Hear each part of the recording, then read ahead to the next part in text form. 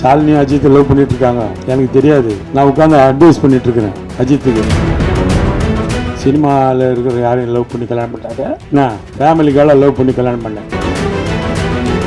அமர்க்களத்தில் அப்படி தான் ஷாலினி அஜித் லவ் பண்ணிட்டு இருக்காங்க, எனக்கு தெரியாது. நான் உட்காந்து அட்வைஸ் பண்ணிட்டு இருக்கிறேன் அஜித்துக்கு. அஜித் சினிமாவில் இருக்கிற யாரையும் லவ் பண்ணி கல்யாணம் பண்ணாங்க, நான் ஃபேமிலிக்காக லவ் பண்ணி கல்யாணம் பண்ணேன். புரியுதா? அப்படியே அதை வந்து சரண் சார் டைரக்டர் அவர் இதில் பார்க்குறாரு மானிட்டரில். என்ன அவன் சீரியஸாக பேசிகிட்டு இருக்கிறான், வாங்க அப்படின்னு கூப்பிட்டாரு. என்ன பண்ணுறீங்க?